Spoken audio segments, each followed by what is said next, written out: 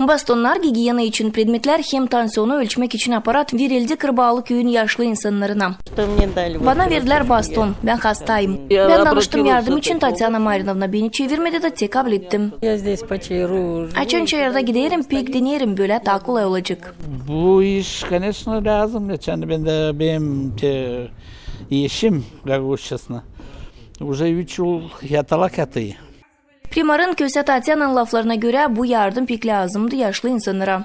Bugün hem zor yaşama bizim emeklilere, pensionerlere. Ona çok sevindiler. Buna ne yani kabul ettiler. İsteriz biz de savaşırız ne işte de yapma onlara ama hepsini yapamayacağım. Gagauzyan aksakallarına satın başı Vasily Arnavut söyledi anne dikkatlilik lazım olsun avtonomen her bir köyüne. Belki değil çok. Ama bir süre düşündük de öyle de yaparız. Hani köy küçük, insan az ama biz bakarız onları da unutmama, olma yardımcı.